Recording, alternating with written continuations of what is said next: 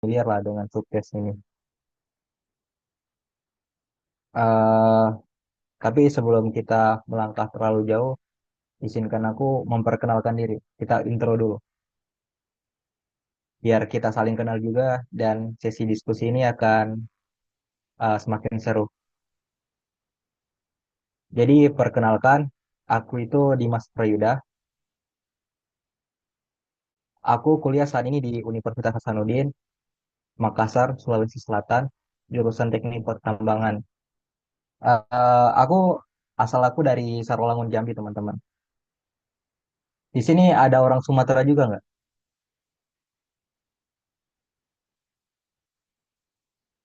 Atau ada orang Goa, Sulawesi?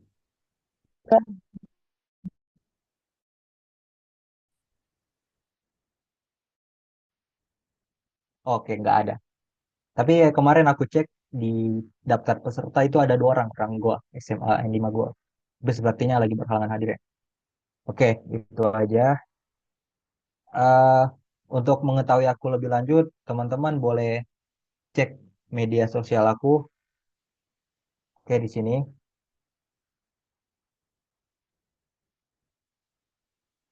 Eh, oke, mungkin itu aja perkenalan singkat dari aku.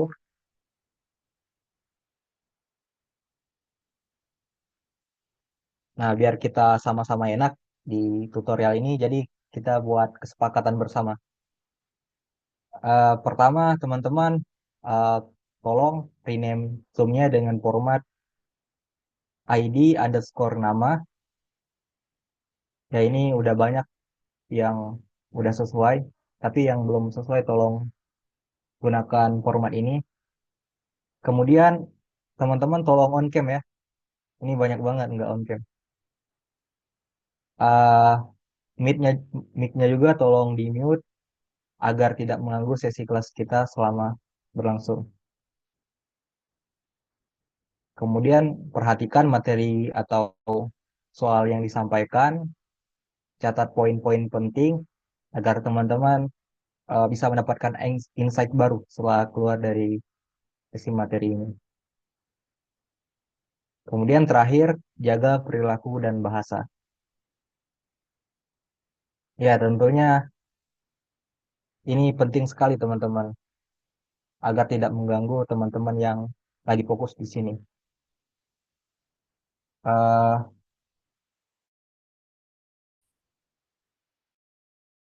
nah, ini ada bagi teman-teman yang mungkin tidak on cam akan lebih sering aku ajak interaksi saat sesi tutorial berlangsung.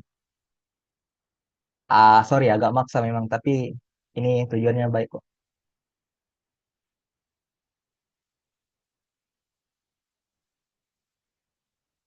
Oke, eh itu aja mungkin kita bisa mulai. Tapi sebelum aku mulai, aku pengen tahu nih, apakah teman-teman udah siap? Kalau udah siap, tolong eh komen api, emot api di komentar, biar kita pada semangat di sini.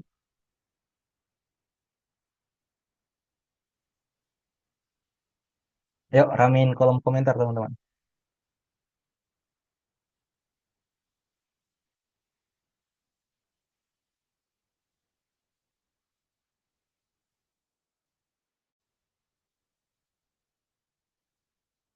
Oke, keren banget.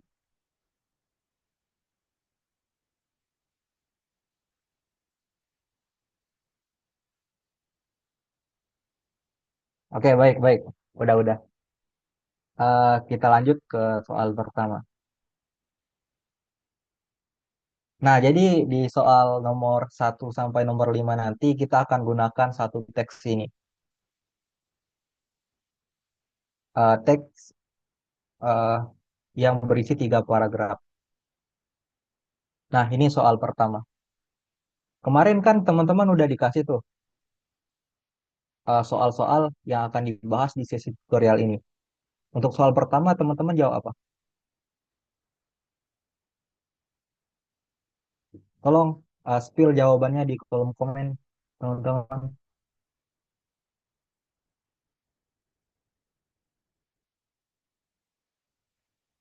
Atau ada nggak ngerjain ini? Padahal ini PPU salah satu sukses yang paling mudah menurutku.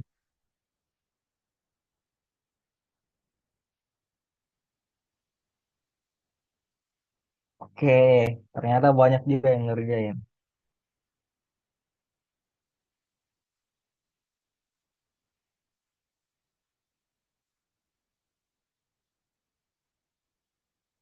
Oke, mayoritas jawabannya A. Bahkan semua jawaban itu A. Kira-kira benar nggak A?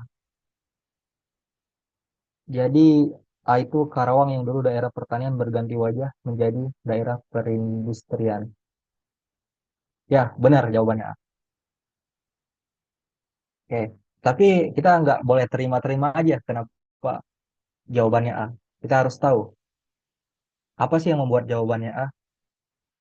Nah, kan di soal nomor satu kita itu ditanya gagasan pokok pada bacaan yang ditampilkan itu apa gitu. Nah, jadi gagasan pokok merupakan suatu kalimat yang menjelaskan permasalahan utama dalam bacaan yang harus dijelaskan oleh kalimat penjelas. Jadi, gagasan pokok itu adalah inti utama yang ingin disampaikan oleh penulis pada teks bacaan. Oke, konsep dasarnya teman-teman udah tahu. Itu adalah gagasan pokok. Pokok. Kemudian kita lihat eh, biasanya gagasan pokok itu ada di awal paragraf, akhir paragraf, ataupun campuran antara keduanya. Nah, jadi di sini kita ambil di kalimat pertama. Jadi, kalimat pertamanya adalah Karawang yang lama dijuluki sebagai lumbung padi Indonesia berganti wajah jadi kawasan industri pada 1990-an yang membawa perubahan bagi masyarakat. Kita lihat, kita cek di paragraf berikutnya. Kalau seandainya ini merupakan gagasan pokok dan gagasan pokok ini dijelaskan oleh kalimat di paragraf berikutnya, berarti itu memang gagasan pokoknya. Oke, kita lanjut di sini. Eh, jadi pernyataan singkat pada permasalahan utama harus dijawab oleh kalimat penjelas yang menyertai di tiap paragraf hingga mendapati penyebab permasalahan dan kesimpulan. Jadi pernyataan singkat ini harus dijelaskan nih, seperti yang aku bilang tadi, kalau kalau seandainya kita identifikasi ini gagasan pokok, maka kalimat berikutnya itu harus bisa ngejelasin dari ini, masalah yang ini. Oke, aku rasa teman-teman udah ngerti nih. Karena ini juga harusnya teman-teman pelajari di SMA kemarin. Di SMA sekarang. Oke, kita ke soal yang berikutnya, soal nomor 2. Di soal nomor 2, kita disuruh nih cari padanan kata atau kata yang paling tepat untuk menggantikan suatu kata yang ditampilkan di soal. Kira-kira untuk soal nomor 2, teman-teman jawab apa nih? Boleh dong Jawabnya spill jawabannya. Apa A, itu, Kak. A. Kalau aku Marcella? jawabnya yang A, Senta. Oke, yang A. Teman-teman yang lainnya jawab apa nih? Oke, A. Ada yang C juga tuh. Yang C, A.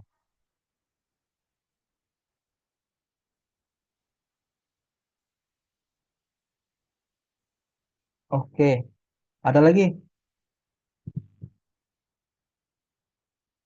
Oke, banyak jawaban A. eh Kira-kira kenapa nih A? Jangan sampai teman-teman niru teman-teman yang lainnya. Karena ada yang jawab A, aku juga A. Jangan gitu teman-teman. Karena kita di sini sama-sama belajar. Jadi kalau teman-teman ada effort untuk mencari, untuk mengerjakan, nanti teman-teman juga yang akan merasakan manfaatnya. Oke, banyak jawaban A dan ada satu orang jawab C. Kita lihat apa jawaban. Oke, benar. A, sentra. Pada jago nih teman-teman. Oke, kita tapi Nggak boleh gitu. Kita harus tahu dulu. Kenapa jawabannya A? Eh, jadi kita lihat dulu. Di kalimat satu, kita baca kalimatnya. Karawang yang lama dijuluki sebagai lumbung padi Indonesia berganti wajah jadi kawasan industri pada 1990-an yang membawa perubahan bagi masyarakatnya. Oke, kita paham konteks kalimatnya. Terus kita artikan ini, kata lumbung itu apa sih artinya? Kalau teman-teman nggak ketemu artinya, mungkin dari baca tadi teman-teman tahu konteks kalimatnya itu ke arah mana gitu.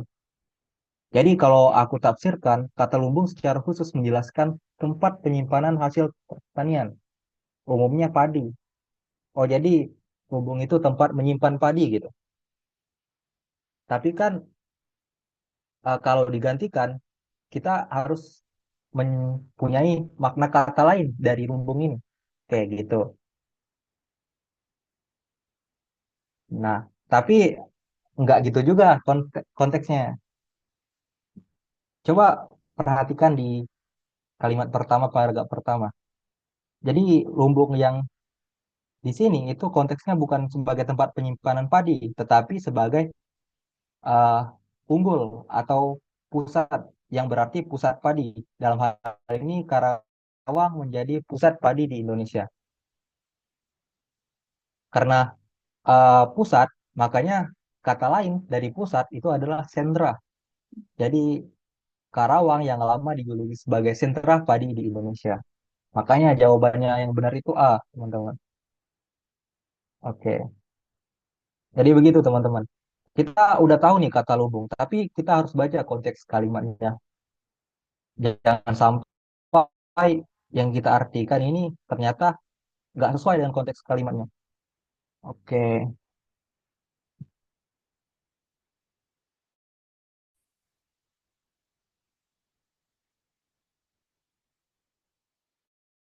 kita ke soal berikutnya.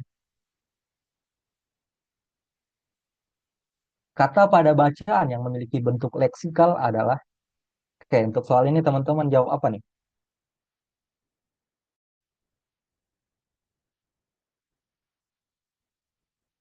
Oke, jadi paham ya, Rasa Limbong. Begitu. Oke, banyak nih jawabannya. Ada B, ada D. Kira-kira B atau D nih? Gimana yang lain?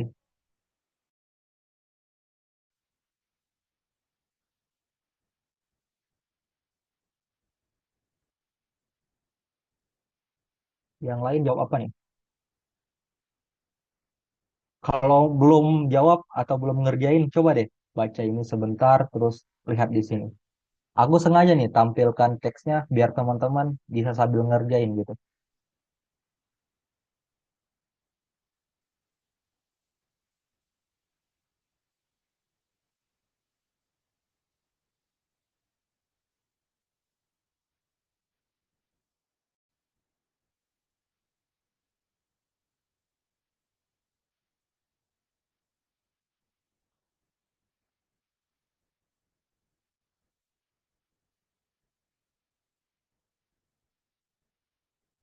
Oke, jawabannya berbagai macam ya, teman-teman.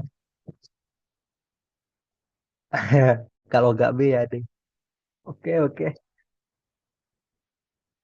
Menarik, menarik.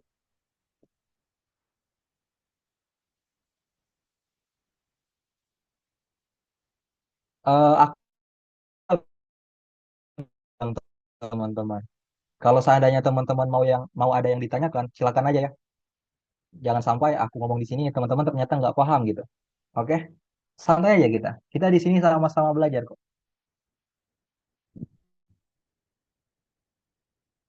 Oke, ini udah banyak yang jawab. Ada A, ada B, ada C, bahkan ada D. Ada E juga. Jadi semua jawaban kalian pilih. Oke, kita bahas. Oke, kenapa itu Anifa? Oke, tadi jawabannya B ya. Yang jawab B itu benar.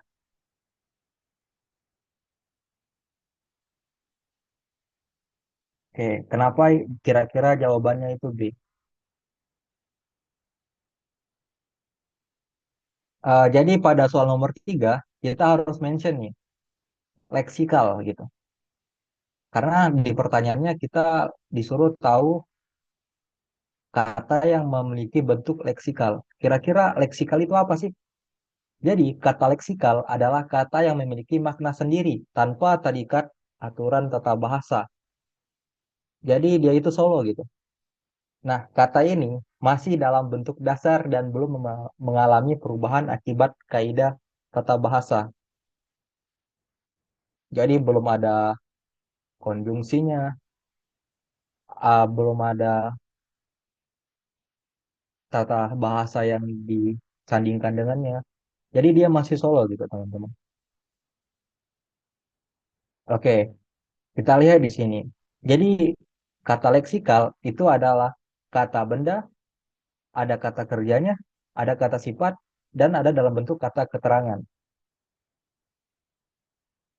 Nah, contoh-contohnya rumah, maka, makan atau tidur, besar, cepat, lambat. Nah, itu kata-katanya masih utuh, masih solo gitu.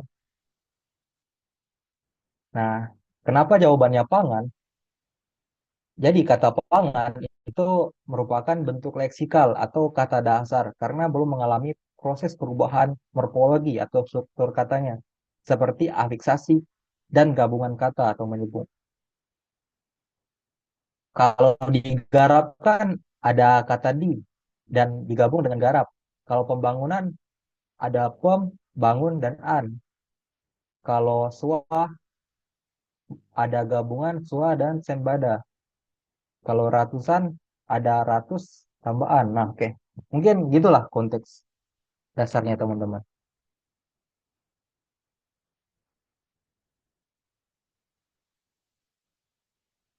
Tergocek. Ah, oke, benar ini Rasel. Merupakan makna sebenarnya. Ini Abdul juga benar. Oke, nice. Kita lanjut ke soal berikutnya, soal nomor 4. Agak ribet sih soal ini. Tapi kira-kira teman-teman jawab apa soal nomor 4 ini? Aku pengen tahu. Jago sih kalau bisa.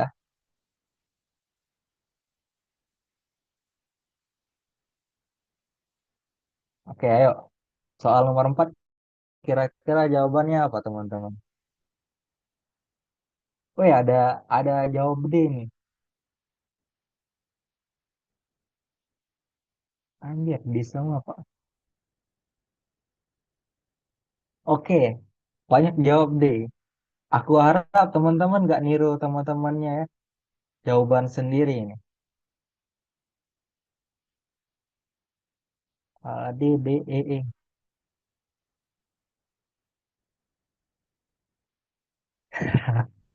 Oke, oke, oke. Russell, kita akan pelajari di sini.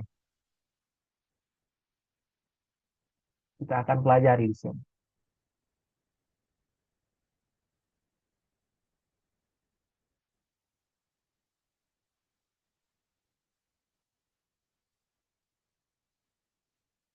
Agak tricky sih kalau tipe soal yang kayak gini.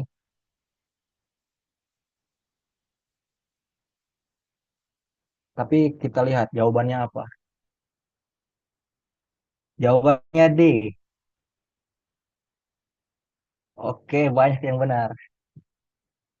Tapi sebenarnya aku lihat gampang sih karena udah keciri gitu. Tapi kita lihat, kenapa jawabannya D? Aku yakin teman-teman penasaran. Kenapa jawabannya D? Nah, kita lihat kalimat 11 itu dia bilang gini, sementara itu tanah kongsi atau tanah yang tidak digarap oleh rakyat diambil alih oleh pemerintah dan jadi milik Kementerian Perhutanan. Kalimatnya gitu. Kita harus baca dulu kalimatnya. Setelah kita baca, kita tulis gitu kalimatnya. Ini pas belajar ya. Kita tulis kalimatnya, terus kita tentuin pola kalimatnya gimana. Jadi di sini pola kalimatnya itu begini. Sementara itu merupakan sebuah keterangan. Jadi dia menghubungin antara kalimat ini dengan kalimat sebelumnya. Jadi ada hubungan antar kalimat gitu. Nah, terus ini adalah subjeknya, tanah kongsi atau tanah yang tidak digarap oleh rakyat. Nah, ini subjeknya. Predikatnya itu ini diambil alih. Terus objeknya itu pemerintah dan jadi milik Kementerian Perhutanan. Oke, mungkin teman-teman bakal terkecoh di sini. Ini olehnya ada dua. Jangan-jangan olehnya ini adalah predikat. Oke, jangan terkecoh gitu. Tapi di sini eh, pola kalimatnya begini. Adakah SPO? Oke, terus kita lihat lagi di opsinya. Kita punya opsi A, B, C, D, dan E. Untuk mengetahui eh, yang mana yang sesuai pola kalimatnya, itu kita harus tahu juga pola kalimat dari setiap opsi gitu. Sebenarnya ini kalau teman-teman paham, ini bakal lebih cepat ngerjainnya. Untuk A itu pola kalimatnya S, P, K, subjek, predikat, dan keterangan. Untuk pilihan B itu pola kalimatnya S, P, O pelengkap. Kemudian untuk opsi C, pola kalimatnya S, P, pelengkap, dan keterangan. Sedangkan D, K, S, P, O. Jadi sama nih, pola kalimat opsi D sama dengan pola kalimat 11. Jadi benar jawabannya D. Kita lihat yang E. E itu pola kalimatnya subjek, predikat, dan objek. Oke. Eh, dari sini aku harap teman-teman bakal pelajari lagi nih. Kapan sih suatu kalimat eh, dikatakan sebagai subjek? Kapan predikat? Kapan objek? Nah, kita nggak akan bahas semua di sini. Jadi biar teman-teman cari dulu nih. Kapan itu kalimat dikatakan predikat, subjek, sama objek. Tapi di next pertemuan itu bakal kita bahas. Ya, aku harap teman-teman paham ya. Ada PR nih. Aku pribadi kadang ketukar antara keterangan dan pelengkap, Kak. Boleh minta tipsnya. Jadi keterangan itu eh, ada beberapa. Jadi kayak keterangan tempat, keterangan waktu gitu. Nah, contoh tadi di sini. Eh, Kayak kalau ini kenapa dia keterangan? Ya karena ini adalah menghubungi kalimat yang menghubungi dengan kalimat sebelumnya gitu. Nah, nanti coba teman-teman cari tahu apa sih yang membeda tiap pola kalimat ini gitu.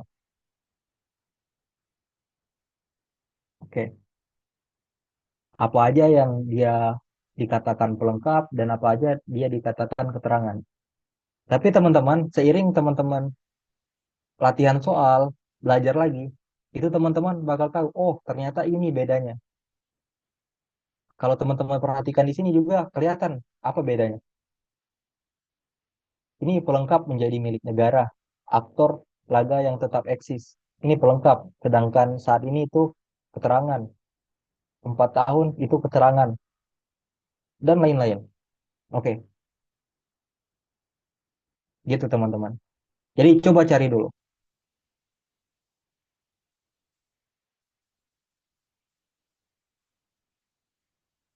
Oke, ini jawaban dari Jidan bisa jadi ya. Di beberapa kasus, ya benar begitu.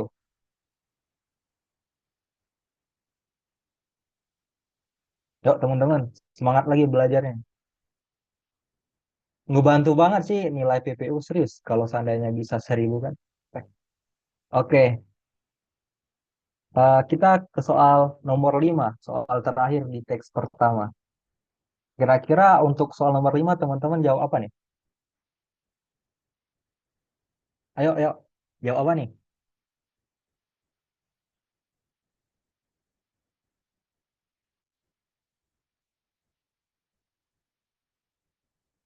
B, B. Weh, ternyata ambis semua ya. B, B, E, E. Udah ngerjain ini. Oke, ada 3 jawaban. B, E, C.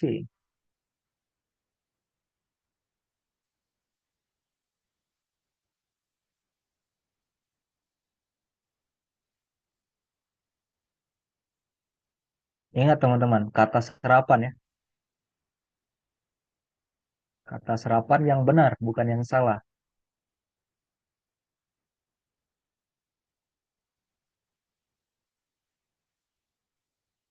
Oke, sejauh ini ada 3 jawaban. Kita lihat jawabannya apa. Oke, jawabannya B. Selamat, yang jawab B benar. Yang jawab B itu benar. Kira-kira kenapa dia B? Oke,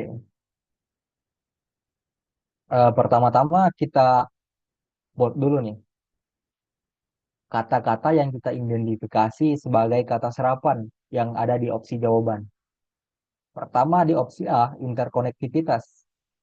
Terus di opsi B ada modifikasi, opsi C ada ekstrim, opsi D ada desain, dan opsi E ada otomatis. Mungkin kalau teman-teman sering baca atau sering eh, lihat-lihat, bacalah, sering baca, teman-teman bakal tahu ini serapannya udah benar atau belum. Sebenarnya ini udah kelihatan banget tuh. Udah kelihatan banget kalau ada yang benar, ada yang salah. Contoh ini modifikasi. Ini kalau teman-teman familiar dan kata modifikasi, teman-teman udah tahu. Ternyata ini yang benar, yang lain itu salah gitu. Jadi ketika teman-teman ketemu satu opsi yang udah benar gitu, jangan cari opsi lain, jangan cek semua. Itu bakal habisin waktu aja gitu. Oke, sebelum itu kita harus tahu dulu nih, kata serapan itu apa sebenarnya? Jadi kata serapan adalah kata yang berasal dari bahasa asing atau daerah yang telah disesuaikan sebagai kaidah bahasa Indonesia, baik dalam ejaan, pelafalan, maupun maknanya. Kata serapan digunakan untuk memperkaya kosakata bahasa Indonesia agar lebih mudah dipahami dan digunakan dalam komunikasi sehari-hari. Jadi kata serapan ini seringkali bahasa Inggris yang dijadikan Indonesia gitu, versi Indonesia. Oke, ini kita bahas. Jadi di opsi A, kata interkonektivitas itu yang benarnya interkonektivitas. Jadi nggak pakai F dia, tapi pakai V. Kemudian untuk modifikasi itu udah benar, tulisannya memang begini gitu. Kata ekstrim harusnya bukan pakai I, tapi pakai E. Terus desain itu bukan pakai I, tapi pakai E juga. Dan seterusnya. E. Oke, kurasa teman-teman paham ya di sini.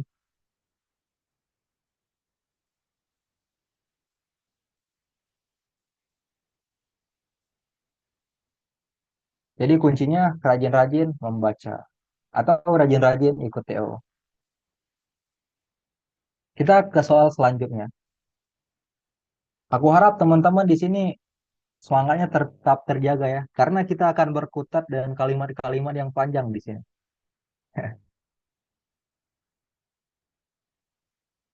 Kita ke soal nomor 6. Oke, ini terkait kalimat efektif.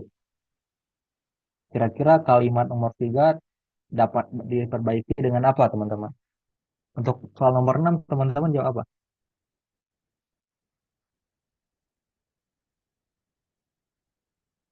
Oh, iya, benar-benar teman-teman. Di tadi di modulnya desain. Tapi ini aku edit, aku revisi. Karena di kunci jawaban itu dia jawabannya B. Sorry ya, aku aduh, udah cek. Benar, di modul itu desain, benar kalimatnya. Oke, oke, nggak apa-apa. Anggap aja ini hukuman error. Tapi teman-teman sering kejadian begini, tapi maklumin aja ya. Oh, oke, E atau B. Menarik, menarik. Jadi ragu nih, antara ini atau ini. Karena kedua-duanya sama-sama benar. Yang lain, E, E, E. Mayoritas jawab E.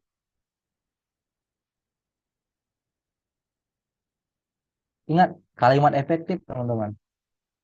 Kalimat efektif. Kalau aku bilangnya kalimat efektif itu kalimat yang ketika aku baca, itu nggak ambigu. Atau ketika aku baca, itu masuk akal gitu. Atau nyambung aja gitu kalimat. Nah, itu aku bilangnya kalimat efektif. Dulu. Tapi sebenarnya kalimat efektif itu ada aturannya.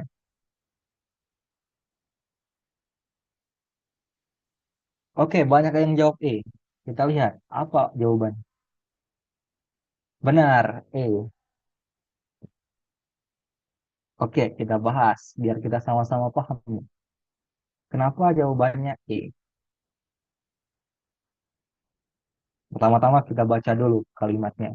Mengutip South China Morning Post, Tiongkok menyiapkan investasi sebesar 10 triliun yuan US dollar atau 1,4 triliun US dollar selama 6 tahun hingga tahun 2025. Oke, itu kalimatnya. Seperti yang aku bilang tadi, teman-teman harus tahu nih, apa sih kalimat efektif dan apa sih kalimat tidak efektif. Kita mulai dari kalimat efektif dulu. Jadi kalimat efektif itu kalimatnya jelas dan bisa dimengerti pembaca dengan mudah. Kayak aku bilang tadi, kalimat efektif itu kalau aku baca nyambung gitu, mudah dipahami, nggak ambigu. Oke, ini jelas kalimat. Kemudian, kalimat efektif itu bisa mengungkapkan gagasan sesuai dengan yang diharapkan oleh penulis atau pembaca. Jadi, eh, polanya jelas dan masuk gitu dengan pemikiran dari penulis gitu. Eh, informasi yang ditujukan penulis tersampaikan kepada pembaca gitu. Istilahnya gitu. Kemudian, kalimat efektif membawa pengaruh berupa kemudahan bagi pembaca atau pendengar untuk memahami informasi yang disampaikan oleh penulis atau pemberi pesan.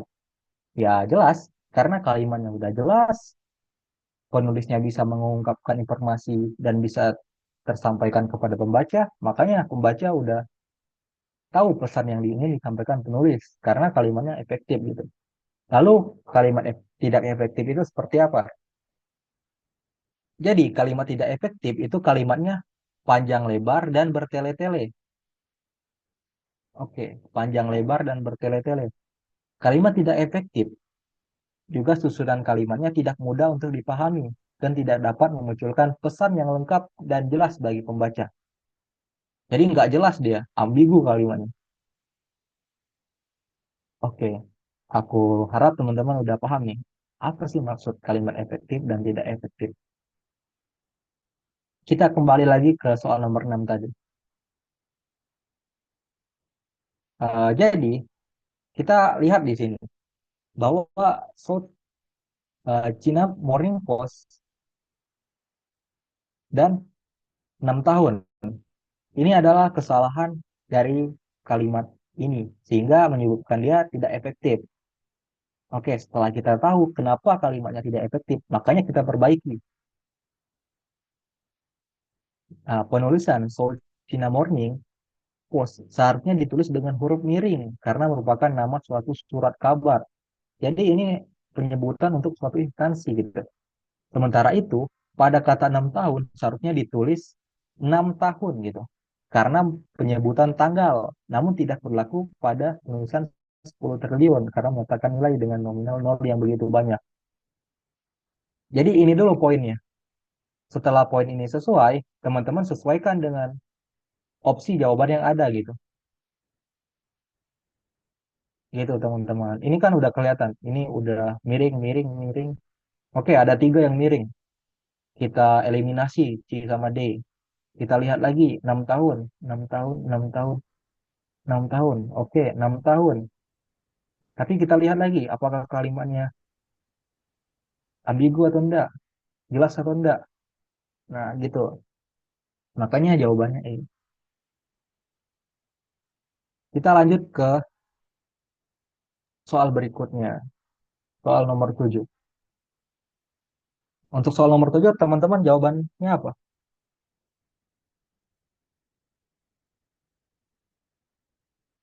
Oh iya, bentar-bentar. Kenapa 6 tahun sebagai tanggal?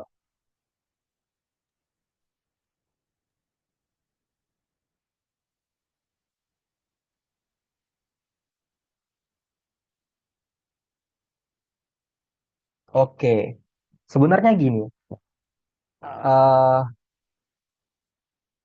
kalau dalam konsepnya begini, jadi angka yang lebih kecil dari 10 itu seharusnya penulisannya adalah sebagai kata gitu.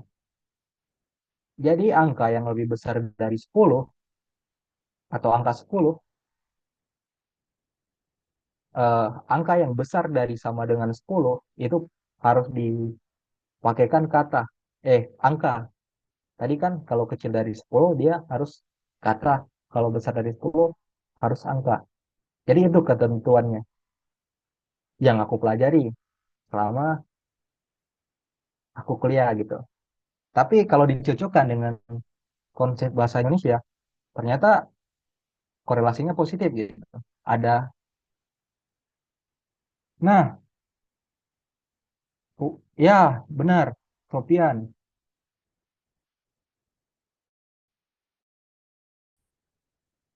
begitu teman-teman. Duh, tadi udah ke spill ya jawaban nomor 7.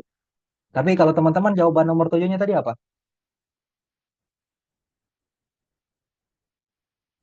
Jawaban nomor 7 tadi apa?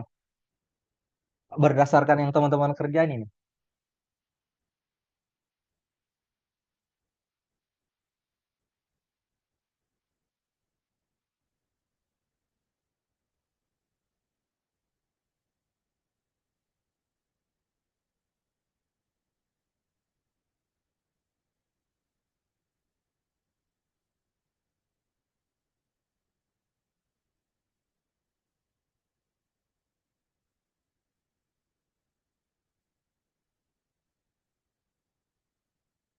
Oke, ada jawab B, ada jawab B, ada jawab A.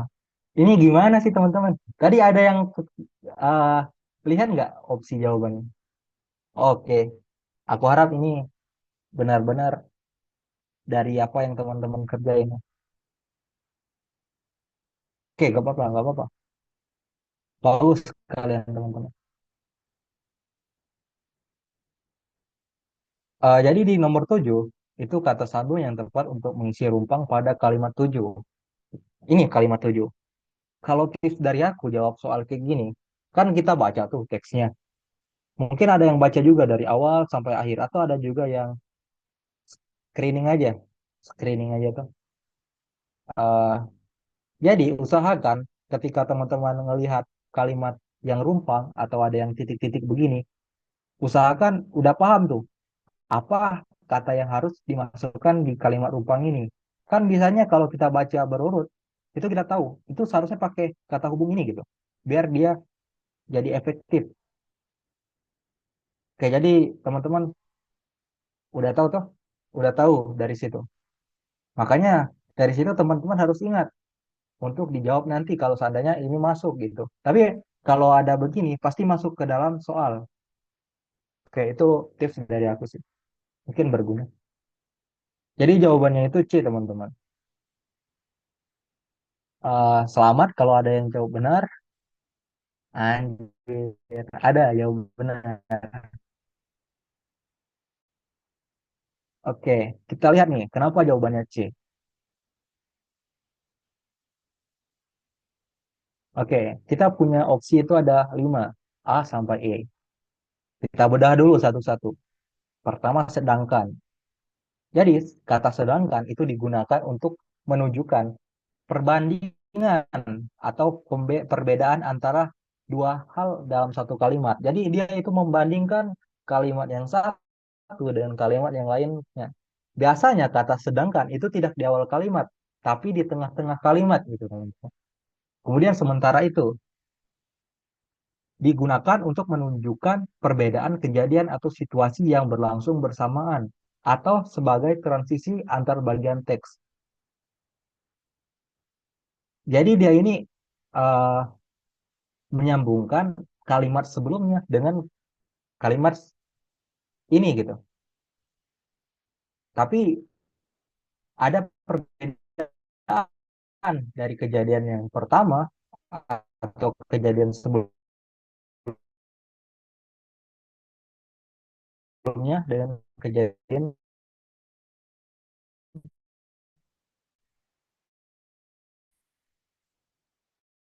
lainnya gitu. Nah, kalau akhirnya kalau alasan, misal kalau dia si Budi tadi sore luka kakinya. Karena apa? Berarti itu kan dia tanya penyebab lukanya. Nah, gitu. Kemudian tetapi, tetapi itu digunakan untuk apa? Tetapi itu digunakan untuk kontras atau pertentangan dari kalimat gitu, teman-teman. Ha, Sofian. Benar-benar, tergocek. Benar sih, agak ambigu kalimatnya. Ada akhirnya dua, tapi akhirnya benar. Kita kembali lagi ke kalimat tujuh. Jadi cara paling ampuh menurutku untuk ngerjain soal ini, kita baca itu satu paragraf biar kita tahu eh, yang bisa isi ini apa. Atau kalau teman-teman udah jago, bisa juga baca kalimat sebelumnya biar tahu kalimat ini apa isinya. Ya, kalimat 6 dan tahu kalimat 7 apa harus diisi gitu. Nah, pada kalimat kata sambung akhirnya berfungsi konjungsi antar kalimat yang menyatakan sebab akibat. Jadi pada konteks ini, kutipan kalimat sebelumnya berkedudukan sebagai sebab. Nah, ini sebabnya. Kalimat 6 itu sebabnya. Sementara kalimat 7 itu berkedudukan sebagai akibat gitu.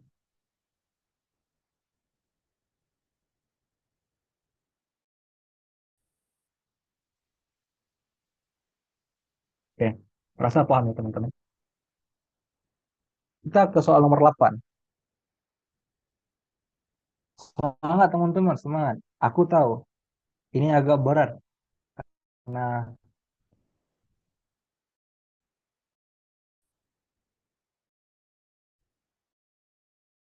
selalunya kita di bahasa Indonesia itu mengantuk teman-teman. Jadi teman, ini baliknya di teman. Jawabannya apa teman-teman?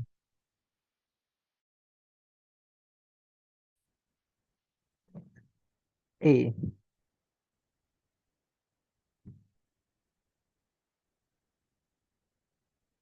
iya untuk emangnya benar-benar. Ngantuk.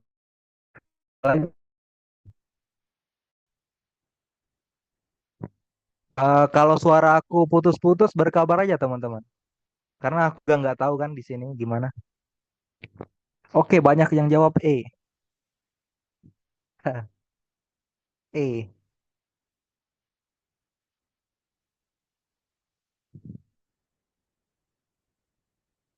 Oke, karena banyak yang jawab E, kita lihat benar nggak jawabannya E. Paragraf ketiga, kata fiskal memiliki lawan kata. Jadi ini dia tanya antonim dari kata fiskal, teman-teman. Oke, benar. Jawabannya E. Oke, kita cari tahu kenapa jawabannya itu E. Oke, kita baca dulu.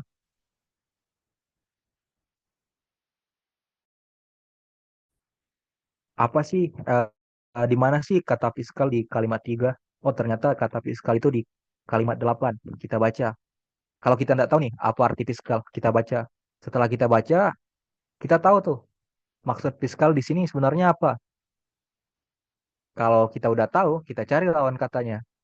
Oke, simpel kan? Ya, simpel. Jadi fiskal itu setelah aku analisa berkaitan dengan keuangan negara, terutama dalam hal pendapatan seperti pajak dan pengeluaran pemerintah. Jadi ini suatu ketetapan yang mengikat, teman-teman.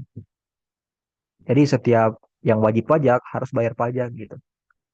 Nah, gitulah. Kita eh, coba analisis per opsi jawabannya.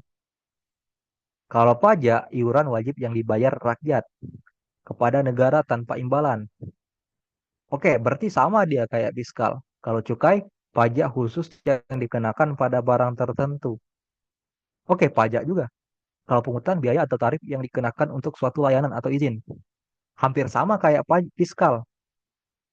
Kalau tarif kalau tarif biaya yang dikenakan untuk layanan atau barang tertentu. Mirip-mirip kayak fiskal. Kalau amnesti, nah ini baru beda. Pengampunan kewajiban pajak. Jadi ini bertentangan dengan kata fiskal. Makanya jawabannya itu amnesti. Oke. Sebenarnya simpel aja sih jawabannya teman-teman. Asalkan teman-teman tahu apa arti dari setiap opsi jawaban di sini. Baru dibandingkan. Kalau dia tanya antonim berarti lawan katanya. Kalau dia nanya sinonim berarti persamaan katanya gitu. Jadi istilah pajak memiliki sifat mengikat yang seperti ku bilang tadi, sehingga amnesti yang bermakna pengampunan berhubungan dengan pembebasan dari hukum itu sendiri atau tidak dipaksa. Gitu, teman-teman.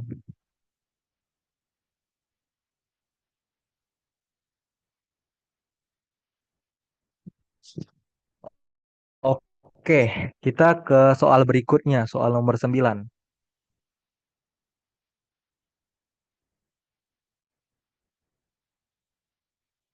Terkait pengembangan teknologi pada bacaan. Fakta terkait 5G adalah. Nah, ini ditanya fakta. Untuk nomor 9, teman-teman jawab apa nih?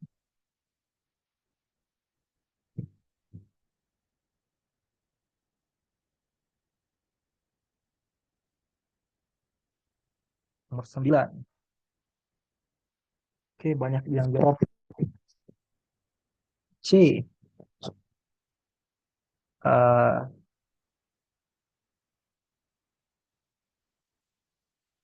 oke, C semua. C, C, C. Keren sih. C, C. Banyak yang jawab C. Ditujukan untuk memperluas instalasi kamera dan sensor dengan dukungan perangkat lunak AI. Kita lihat jawabannya benar enggak? Oke, benar. Jago.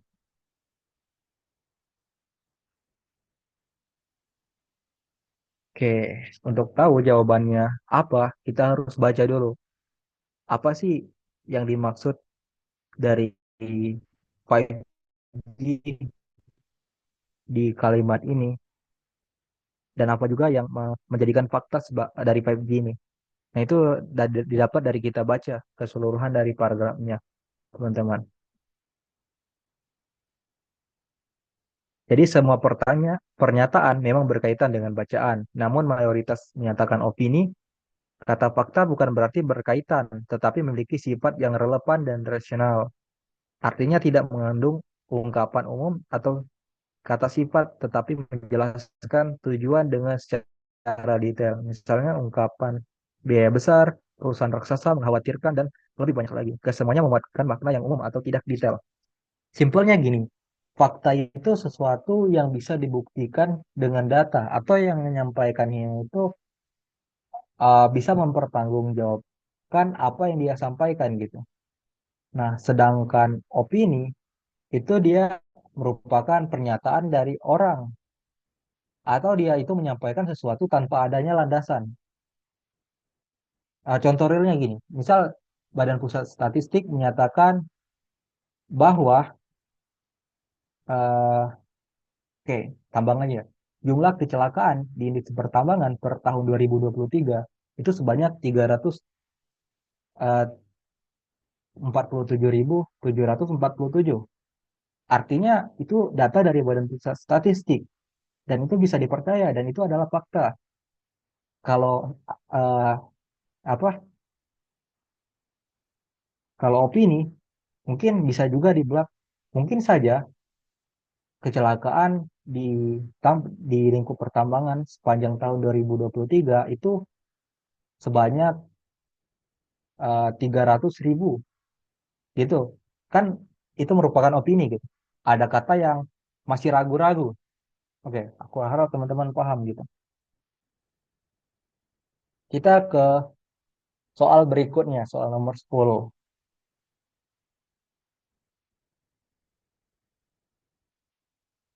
Oke, agak agak rumit juga ini soal. Kira-kira teman-teman jawab apa nih untuk kesimpulan?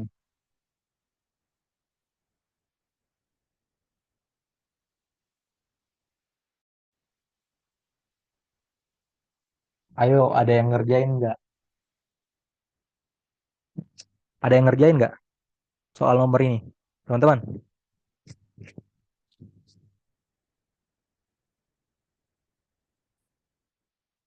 nggak ada yang ngerjain soal nomor 10? Nggak apa-apa, nggak apa-apa. Ragu, nggak apa-apa. Jadi, aku minta tolong teman-teman. Kan teman-teman di-share tuh modulnya. Jadi, teman-teman kerjain semampunya teman-teman dulu nih. Nanti, semisal salah sekalipun, teman-teman tahu, oh ternyata aku salahnya di sini. Berarti nanti aku akan lebih baik lagi. Atau mungkin teman-teman targetin nih. Di pertemuan pertama aku salah 5. Di pertemuan berikutnya aku nggak boleh salah. Atau maksimal aku salah satu gitu. Jadi ada sesuatu hal yang menantang teman-teman untuk terus semangat gitu. Oke. Ada yang jawab D, ada yang jawab A. Oke, berbagai macam ya teman-teman. Intinya aku bilang tetap semangat teman-teman. Kita bahas ini teman-teman. Jawabannya, oh jawabannya C teman-teman. Sangat tidak terduga teman-teman. Jawabannya C.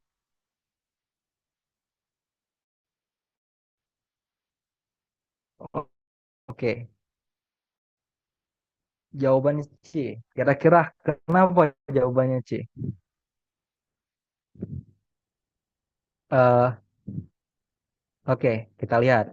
Kita baca kalimatnya. Biasanya aku kalau mau tahu kesimpulan dari suatu teks bacaan itu aku screening ini dari paragraf awal ke paragraf 3. Kalau screening itu kan kita harus tahu apa gagasan utama paragraf pertama, apa gagasan utama paragraf keempat, paragraf kedua dan ketiga. Jadi tahu tuh apa yang dibahas. Akhirnya kita bisa nentuin kesimpulan. Tapi di sini dia pengen tahu kesimpulan terkait pengembangan teknologi Tiongkok terhadap Amerika Serikat. Jadi ini dia pengen tahu terkait ini, bukan terkait keseluruhan ini. Kalau itu kita harus tahu pada paragraf berapa dia bahas terkait Amerika Serikat. Oke, sebenarnya ada di paragraf 2. Kita lihat ini. Pada konteks bacaan, kesimpulan ditarik dengan mencari alasan dari pembahasan, permasalahan, atau mengapa bisa timbul konflik dari bacaan. Jadi, masalah ini timbul dari permasalahan yang diangkat pada paragraf kedua, di mana pemerintah Donald Trump ini kan, nah, khawatir pada perluasan investasi nirkabel 5G yang dilakukan perusahaan Cina seperti Huawei dan Alibaba karena akan menyingkirkan perusahaan Amerika Serikat dari pengembangan 5G. Nah, ini ada di paragraf 2, teman-teman. Nah, ini ada di spill di sini dengan menyingkirkan perusahaan AES. Makanya jawabannya C. Bahkan sama ini kata-katanya. Sisa dilihat aja. Oke. Jadi kadang-kadang dia itu eh, tercantum gitu.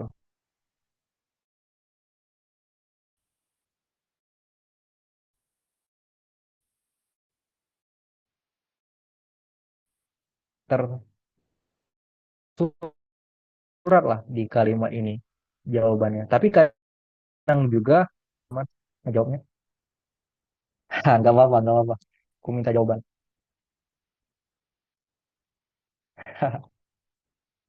Oke, gitu ya teman-teman. Ada dua kondisi. Bisa jadi dia itu sesuai dengan kata ini, atau bisa jadi kita tafsirkan dari sini karena dia tersirat. Lanjut lagi nih ke teks berikutnya. Ada 4 teks ini, BTW.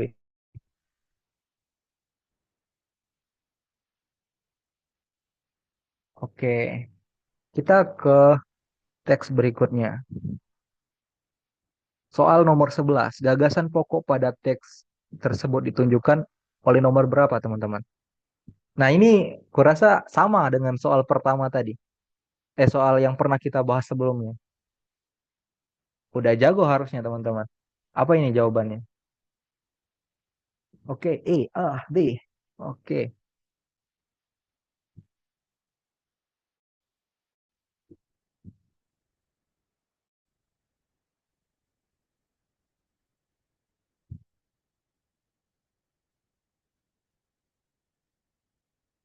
B, benar.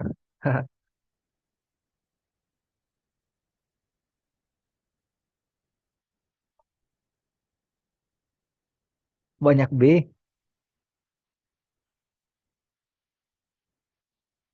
Oke, banyak yang jawab B nih, teman-teman. Kira-kira jawabannya apa ya? Jawabannya, aduh, salah, teman-teman. Jawabannya itu E, kalimat 10. Ada yang benar nggak? Ada nih yang benar kayaknya. Iya, ada yang benar. Malah dia jawab pertama sekali. Nggak ada yang niru.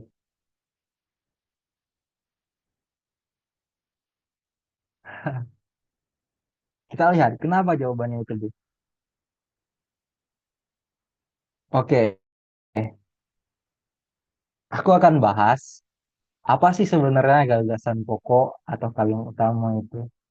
Jadi, gagasan pokok itu ada yang di awal paragraf, teman-teman. Namanya atau istilahnya dalam bahasa Indonesia itu deduktif. Ciri-cirinya, kalimat pertama berisi ide utama, sedangkan kalimat setelahnya berfungsi sebagai penjelas atau pendukung, teman-teman. Oke, itu deduktif, teman-teman. Kemudian ada gagasan pokok di akhir paragraf atau induktif. Ini istilah bahasa Indonesia, teman-teman. Ciri-cirinya, kalimat awal berisi fakta atau contoh, sedangkan ide utama dirangkum pada kalimat terakhir. Jadi kalau di kalimat itu dia nyajikan data dulu nih, baru disimpulkan di kalimat terakhir. Gitu biasanya ini. Terus ada lagi gagasan pokok yang ada di tengah paragraf. Campuran yang aku bilang tadi, gabungan keduanya, yang di awal sama yang di akhir. Tapi ini di tengah. Oke, kalimatnya, kalimat utamanya berada di tengah dan didukung oleh kalimat sebelum dan sesudahnya. Jadi dia gini, eh, kalimat pertama itu datanya, kalimat tengahnya itu gagasan pokoknya, kalimat terakhirnya itu penjelasnya atau pendukungnya. Gitu kalau tipe yang C ini. Aku punya beberapa tips nih untuk menemukan gagasan pokok teman-teman. Tips yang pertama, itu teman-teman perhatikan kalimat yang bersifat umum dan mencakup seluruh paragraf. Tips kedua, hindari memilih kalimat contoh atau kalimat penjelas karena biasanya hanya mendukung gagasan utama. Kemudian tips ketiga, jika ada kata kunci seperti oleh karena itu, dengan demikian, atau jadi, biasanya menandakan gagasan pokok ada di akhir paragraf. Jadi ketika ketemu ini, dan ini, berarti udah bisa diidentifikasi gagasan utamanya itu ada di akhir paragraf gitu teman-teman. Karena dia menyimpulkan kata hubung gini. Oke, clear ya untuk gagasan pokok. Dan ini biasanya selalu masuk sih di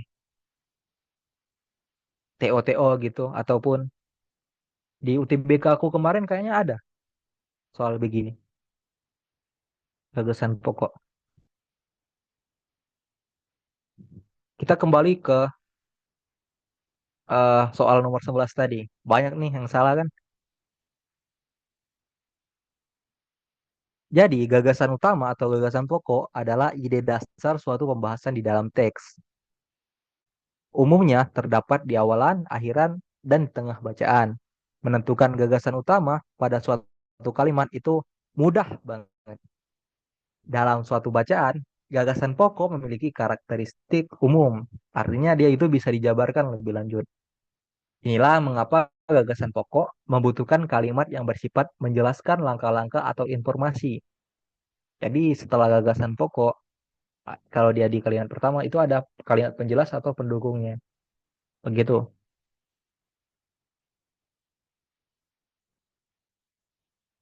Nah, gagasan pokok, kenapa dia di kalimat 10? Coba teman-teman baca. Sejak awal penyebarannya, Bolo, Bolsonaro kerap-kerap menganggap virus corona tak ubahnya flu biasa. Oke, itu gagasan pokoknya. Tapi kalau teman-teman baca, ini dia di awal itu tampilkan data, data semua. Makanya kayak aku bilang tadi, kalau dia data, identifikasinya, di akhirnya itu gagasan pokoknya. Gitu, teman-teman. Kita harus tahu dulu konsep dasarnya, biar kita bisa tahu cara jawabnya gitu. Kemudian, kalimat ini memenuhi syarat gagasan pokok yaitu umum. Untuk menunjukkan ini kalimat umum, kita bisa menggunakan logika bahasa dalam bentuk pertanyaan. Seperti bagaimana Bolsonaro menganggap virus corona tak ubahnya flu biasa, apa dampak Bolsonaro menganggap virus corona tak ubahnya flu biasa, dan lain-lain. Jadi tips dari kakak yang bikin soal ini, itu dia bilang kita bisa buat pertanyaan 5W1H gitu. Ya, begitulah. Kita ke soal berikutnya. Soal nomor 12.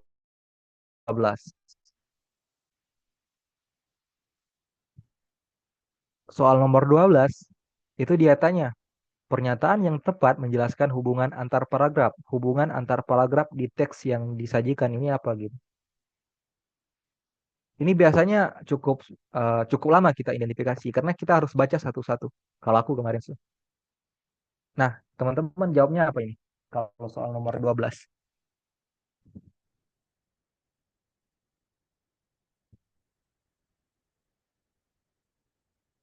Ada yang jawab D, ada yang jawab C.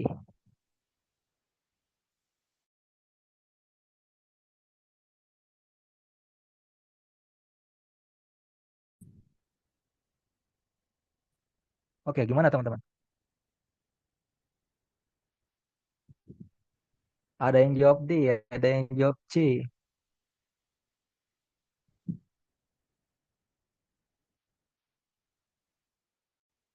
Oke, mayoritas D. Jangan sampai ini yang jawab D.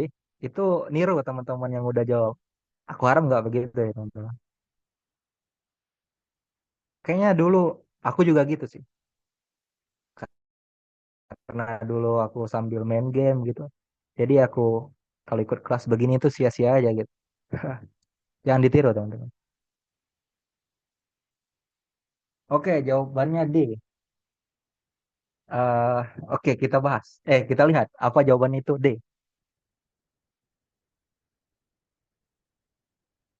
Kita lihat. Oke, jago nih. Udah jago. Jawabannya benar. D. Kita lihat biar kita sama-sama tahu apa hubungan antar paragraf seperti. Oke. Jadi paragraf ini juga ada hubungannya teman-teman. Jadi yang pertama, hubungan paragraf itu adalah hubungan penjelas. Jadi paragraf pertamanya berisi gagasan utama, sedangkan paragraf berikutnya menjelaskan lebih lanjut. Oke, ini kayak gagasan utama di awal paragraf tadi ya. Kemudian hubungan perbandingan atau pertentangan. Paragraf berikutnya membandingkan atau menentang isi paragraf sebelumnya. Kemudian yang C-nya hubungan sebab akibat. Paragraf pertama menjelaskan penyebab, lalu paragraf berikutnya menjelaskan akibatnya. Ada lagi hubungannya, hubungan kesimpulan atau penegasan. Jadi paragraf terakhir merangkum atau menegaskan poin-poin sebelumnya. Nah, inilah biasanya kita jumpai di hubungan antar paragraf. Tips yang aku berikan untuk mengerjakan soal hubungan antar paragraf itu ada beberapa. Pertama, baca keseluruhan teks terlebih dahulu. Jangan langsung fokus pada satu paragraf saja. Perhatikan bagaimana setiap paragraf saling berkaitan. Tapi kalau teman-teman punya cara sendiri, mungkin terapin aja cara teman-teman. Kalau itu teman-teman rasa lebih cepat teman-teman ngerjainnya. Kemudian yang kedua, cari ide pokok setiap paragraf. Identifikasi gagasan utama dari setiap paragraf untuk melihat bagaimana hubungan logisnya. Oke. Kemudian yang ketiga, perhatikan kata hubung atau transisi antar kalimatnya. Kata seperti namun, selain itu, akibatnya, oleh karena itu, dengan demikian membantu menemukan hubungan antara paragraf.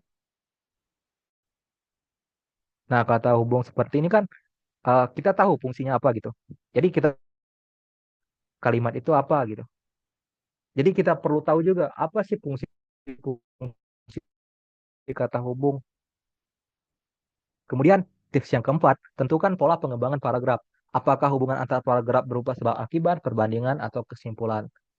Tips terakhir, gunakan teknik eliminasi pada pilihan jawaban. Jika ragu, hilangkan. Ini teman-teman udah nerapin di beberapa. Oke. Kita kembali lagi ke soalnya. Oke. Dalam suatu kalimat terdiri dari struktur, yaitu paragraf utama dan paragraf penjelas. Paragraf utama menjadi inti dari pembahasan yang berbentuk permasalahan utama. Sedangkan paragraf penjelas membahas lebih jelas permasalahan, perbedaan, dan dampaknya bagi masalah. Oke, ini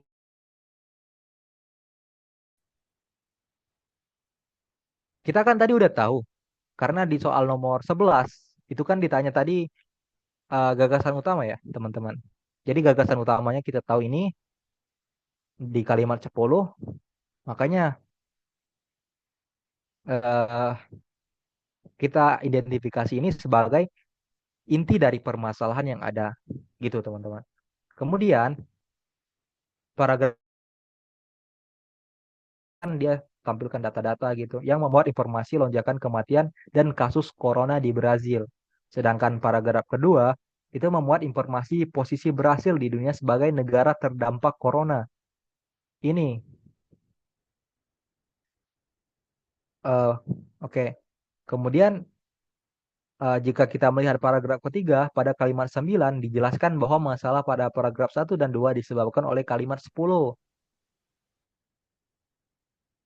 Oleh karena itu, dapat kita simpulkan bahwa paragraf 3 penyebab permasalahan paragraf 1 dan 2. Malam guru datang. Kenapa?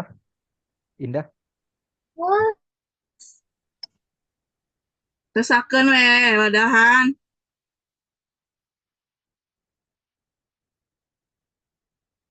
Oke, gitu teman-teman.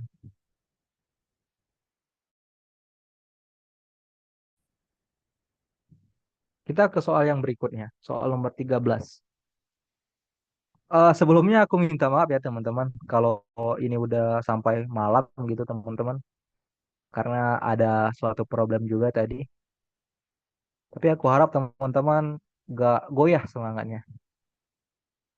Untuk nomor 13, itu kesalahan penulis yang membuat kalimat menjadi tidak efektif. Jadi dia tanya kalimat tidak efektif dari teks ini gitu. Tapi berdasarkan opsi jawaban yang dia tampilkan. Kira-kira untuk soal nomor 13 teman-teman jawab apa?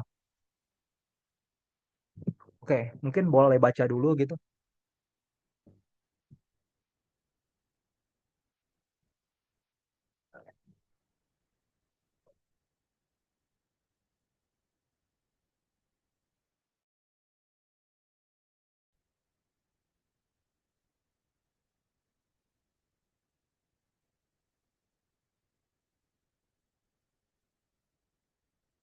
Oke, nggak ada yang ngerjain ya? Oh, baru baca. Oke, siap. Ada yang jawab D, ada yang jawab B. Oke, ada dua jawaban di sini. Ada tiga jawaban. Beda jawaban. Oke, nggak apa-apa teman-teman. Jangan takut salah.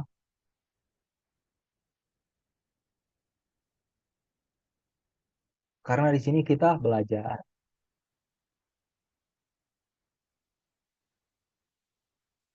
Oke, banyak yang jawab.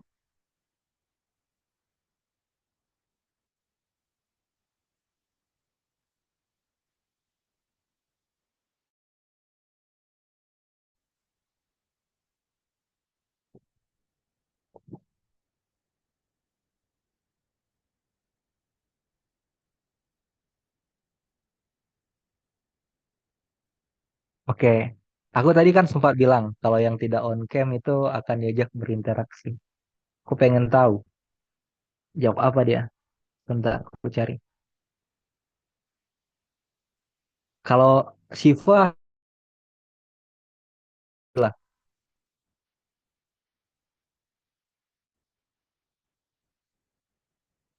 Oke, aku harap nggak tidur ya Shiva.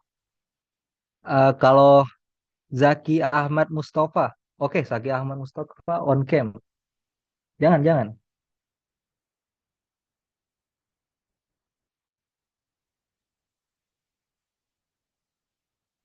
Kalau salah lama itu. Masih banyak ini. Eh, oke, banyak yang jawab C, ada yang jawab D. Kita lihat apa jawabannya.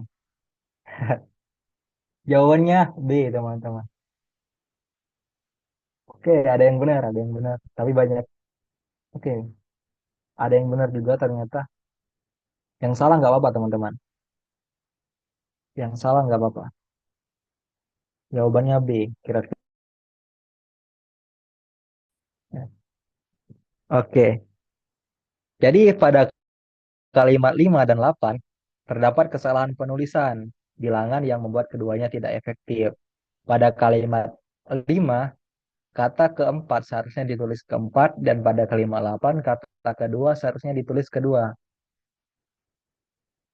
Aku tahu nih kenapa teman-teman pilih yang D atau yang lainnya.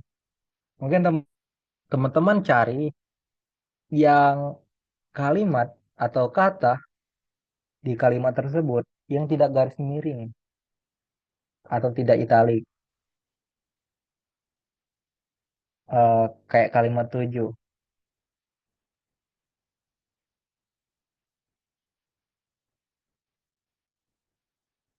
Nah, kalimat 7 teman-teman pikir ini rancu.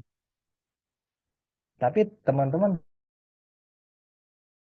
5 dan 8 itu ada hal yang sepele tapi salah gitu. Jadi teman-teman harus lebih teliti lagi teman-teman, harus konsen gitu. Aku maklumin mungkin karena udah malam ya, jadi konsentrasinya berkurang, tapi nggak apa-apa lah.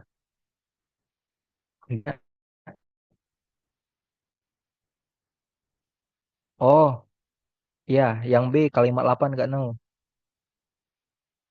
Kalimat 8. Oke, mungkin gak kecoh di sini ya. Mungkin nggak kebaca di sini. Ada spasinya ternyata. Nggak apa-apa, nggak apa-apa. Maklumin aja kan udah malam. Kita ke soal berikutnya. Soal nomor 14. Soal nomor 14 ini dia kelemahan teks tersebut.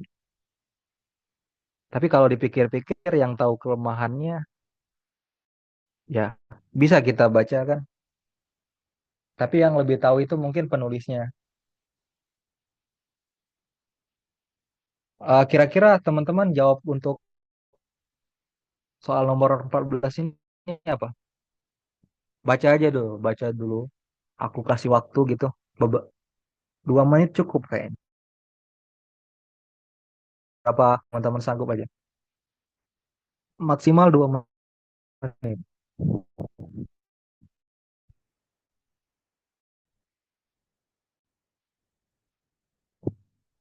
Oke, ada yang jawab E.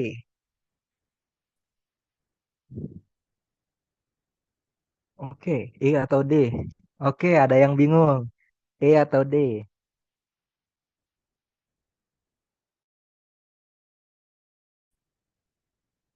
Ada yang jawab C juga. Ada yang jawab E ya D. Oke, berbagai macam ya jawabannya.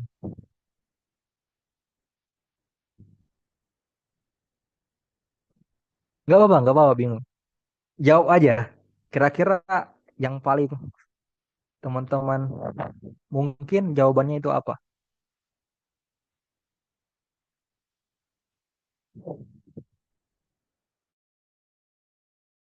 Banyak yang jawab. Beda-beda sih jawabannya. Kita lihat. Apa sih jawaban yang benar? Jadi jawaban benarnya itu B, teman-teman. B for benar. Ada yang jawab B nggak? Wis, ada. Keren, keren, keren. B. Oke, kita bahas nih. Kita bahas kenapa jawabannya B.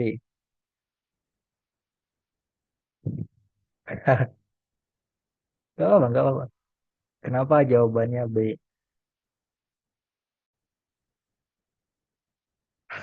Benar kan? Kamu mungkin terkecoh dengan soal ini.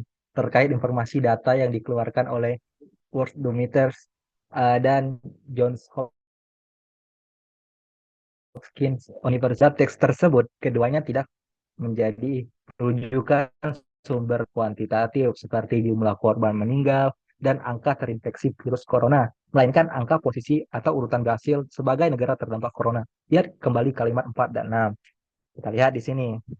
Uh, Data statistik Worldometers mencatat Brasil sebagai negara dengan kasus corona Paui, Peru, dan Chile. Nah, kemudian data Johns Hopkins University menetapkan Brasil di urutan ketiga kasus corona tertinggi di dunia setelah Amerika Serikat dan Rusia. Ini kan uh, bertentangan tuh. Bertentangan kan apa datanya?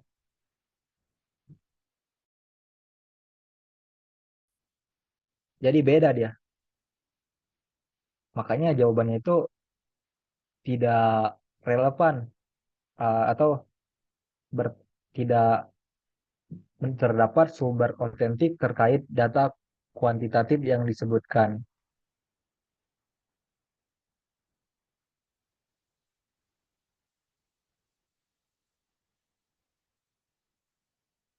Lihatlah pernyataan-pernyataan ini. Ini Peru dan Chile. Berarti melampaui Peru dan Chile. Eh, ini setelah Rusia, Spanyol. Oke, beda-beda jawab apa datanya. Jadi tidak merepresentasikan hasil yang ditampilkan oleh instansi-instansi ini. Kalau tidak salah itu kemarin saya analisa. Ya benar itu. Kita ke soal berikutnya.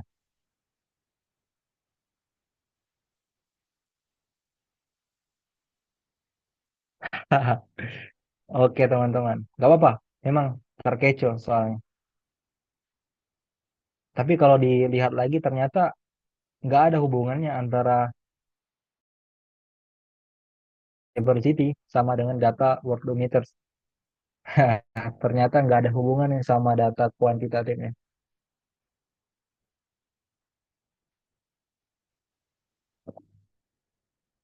Dua dua dua empat. Oke, banyak yang jawab nih. Oke, ini gampang ini. Kata infeksi. Siapa sih nggak tahu infeksi?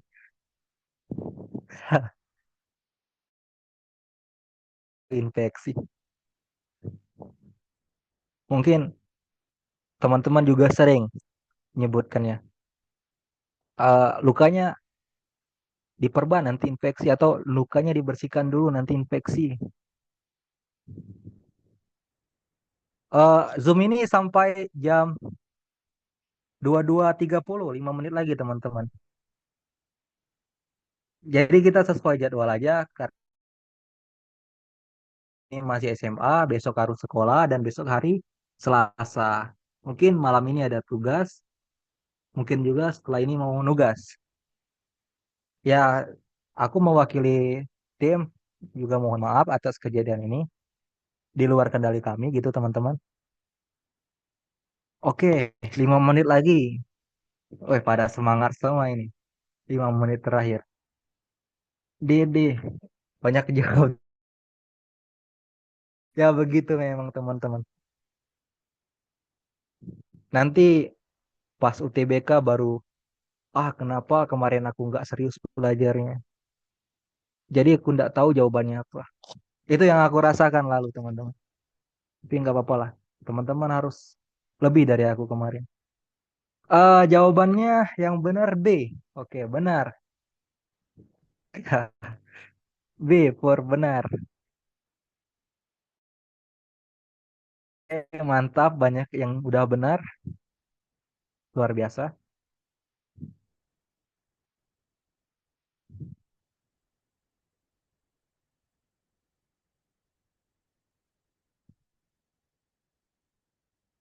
Kita bahas kenapa jawabannya B. Mungkin ada teman-teman yang belum tahu kenapa jawabannya B. Iya, ini benar kalimatnya. Benar. Ada ini aku bahas di sini. Oke, oke, kita lihat. Nah, jadi kita lihat infeksi dulu. Baca kalimatnya, infeksi di sini. Dan kalau kita baca kalimatnya, kita tahu konteksnya kemana. Tapi sebelum kita tahu konteksnya, kita artikan dulu. Padanan kata berarti memiliki sinonim dan kata turunan yaitu terkena. Hal ini juga sesuai dengan konteks kalimat. Jadi konteks kalimat ini itu terkena, teman-teman. Ya, ada tadi kan jawab terkontaminasi. Ini udah aku tebak sih dari awal. Pasti ada ini yang terkecoh. Jadi terkontaminasi itu terkena zat asing yang mencemari suatu benda atau lingkungan, bukan virus. Jadi beda ya. Nah, kemudian kalau terinfeksi itu kondisi organisme seperti bakteri atau virus masuk ke dalam tubuh dan menyebabkan penyakit. Jadi beda. Mungkin teman-teman bisa pahami ini. Jangan sampai besok-besok bilang gini, awas lukanya nanti terkontaminasi. Beda itu teman-teman. Oke, jadi aku harap teman-teman paham. Makanya jawabannya itu B, karena konteks kalimatnya itu angka terkena corona, bukan terkontaminasi. Eh, ya, bukan terkontaminasi karena ini digunakan untuk zat berbahaya atau yang mencemari lingkungan gitu.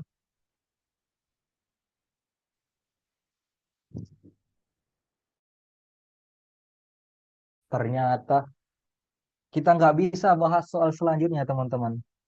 Atau satu soal lagi deh, satu soal lagi. Nggak apa-apa. Atau udah, udah agak sanggup. Gimana teman-teman? Kesepakatan bersama. Halo teman-teman. Ini ada 1.000 soal lagi teman-teman. Ada 5 soal lagi. Mau lanjut atau gimana?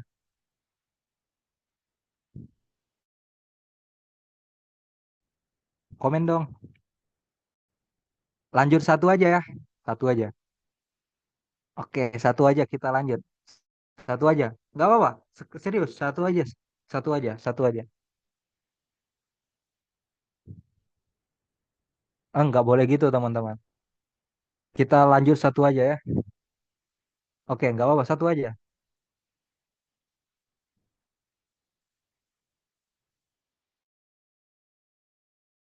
Oke, ternyata soal nomor 16 itu gagasan pokok. Aku aku janji nih, soal terakhir, soal terakhir. Kira-kira teman-teman jawab apa ini di soal nomor 16? Aku kasih waktu baca dulu deh.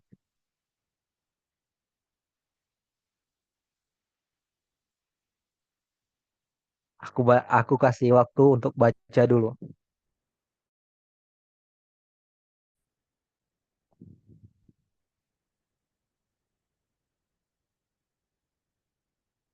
Oke, banyak yang jawab C.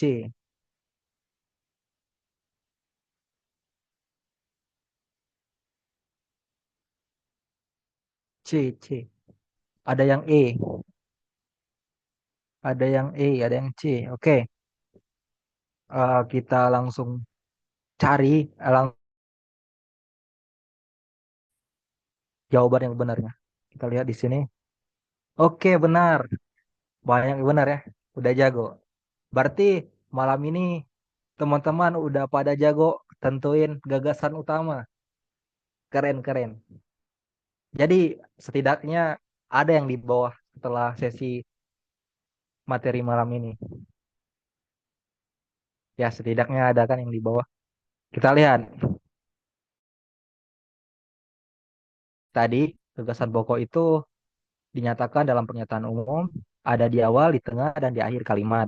Oke, sama pembahasannya kayak tadi. Nah, pada konteks bacaan ini, gagasan pokok merupakan simpulan dari bacaan tentang video ucapan selamat Lebaran untuk Indonesia yang diunggah di YouTube. Kita tidak menemukan subjek lain pada gagasan pokok karena bertujuan membentuk pernyataan umum. Karena penjelasan pengirim video pada bacaan untuk Indonesia. Jadi begitu teman-teman.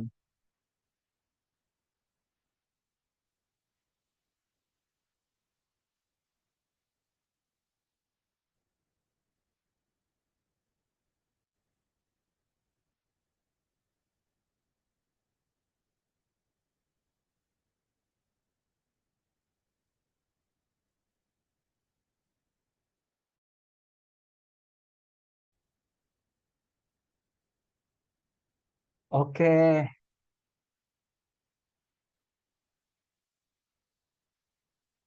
slide terakhir. Sebenarnya masih ada 4 soal lagi teman-teman. Soal nomor uh,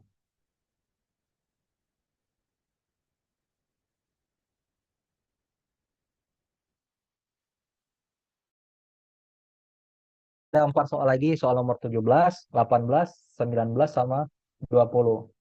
Tapi karena kita udah selesai, kita stop aja dulu, kita mau dokumentasi ya teman-teman. Ada dokumentasi kan, teman-teman? untuk tutorial ini. Oke, kayaknya iya ada kalau aku nggak salah.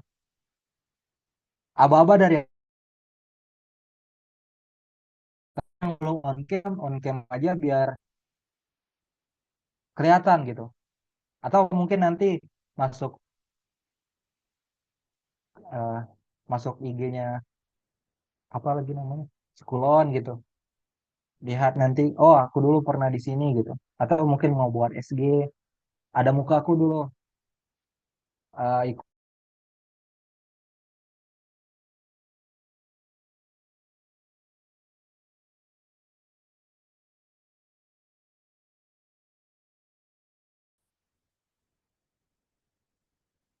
Oke, slide pertama sudah, slide kedua,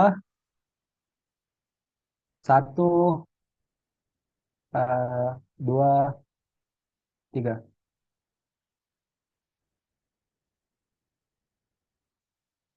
Oke, selesai.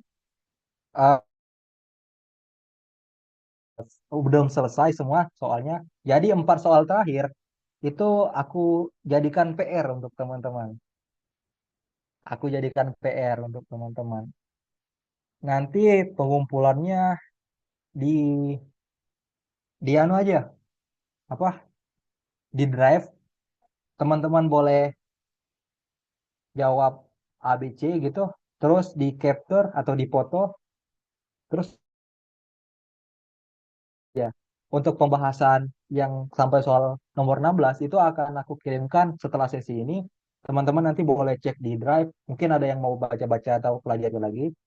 Tapi untuk pembahasan soal 17 sampai 20 itu aku kirimkan kemudian setelah teman-teman nyelesain tugas teman-teman. Ada 4 soal aja, nggak banyak. Mungkin itu aja dari sesi kita malam ini. Maaf, maaf juga kalau ada beberapa kekurangan di sesi ini. Silakan teman-teman jika ada aktivitas lain boleh meninggalkan Zoom ini. Terima kasih banyak yang udah hadir dan berkenan hadir, teman-teman.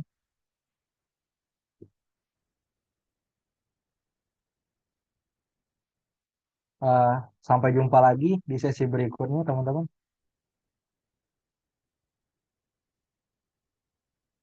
Ya,